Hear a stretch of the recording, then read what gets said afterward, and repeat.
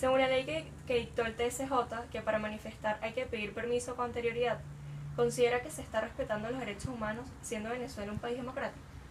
Bueno, lo que emitió el 13J el 24 de abril fue un pronunciamiento en cuanto a través de un recurso de interpretación que define el alcance del artículo 68 de la Constitución, que establece el derecho a la protesta o manifestación pacífica.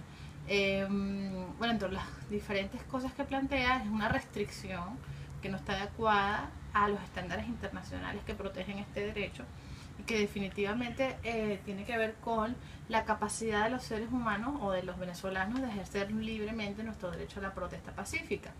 Cuando tú impones restricciones, bien sea a través de una legislación o en este caso a través de la interpretación de la legislación, que te impidan o que hagan nugatorio el ejercicio de ese derecho, esas restricciones van en contra de los derechos humanos, y cualquier restricción que vaya en contra de los derechos humanos es una restricción ilegítima que viola estándares internacionales en materia de protección.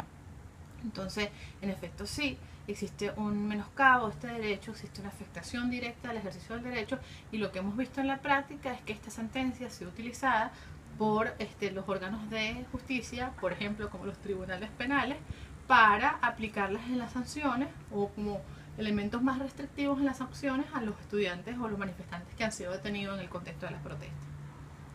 ¿Y qué opina acerca de la no intervención de los jueces venezolanos ante los hechos de tortura y hostigamiento a los manifestantes?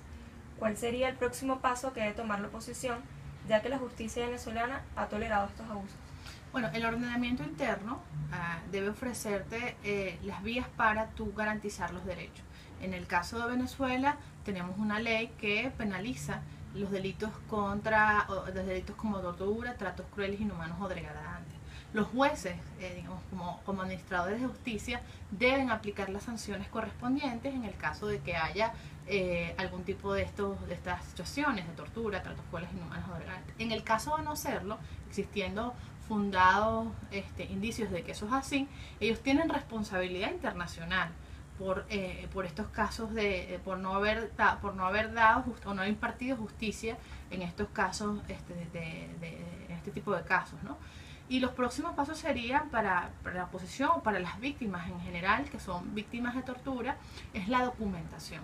Es decir, para tú poder exigir a nivel internacional o pedir justicia internacional, porque en definitiva no obtuviste justicia a nivel nacional, tienes que presentar el caso, tienes que presentar la denuncia tiene que estar fundada.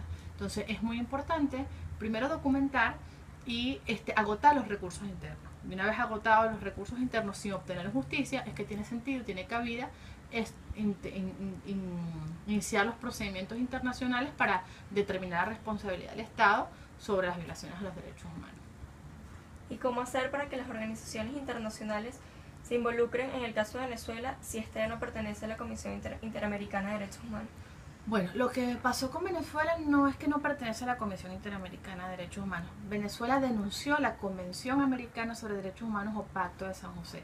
Esa denuncia lo que implica en efectos prácticos es que Venezuela no forma parte de la jurisdicción de la Corte Interamericana. Sin embargo, la Comisión Interamericana, como otro órgano de los órganos principales del sistema interamericano, sigue teniendo competencias sobre Venezuela porque ella viene de la Carta de la OEA, fue creada con la Carta de la OEA, que forma parte de lo que es la Organización de Estados Americanos. Entonces, para que Venezuela pueda salir de la competencia de la protección y de garantía de los derechos humanos de la Comisión, tendría que salirse de la OEA, tendría que denunciar el tratado que formó la OEA y que creó la Comisión Interamericana.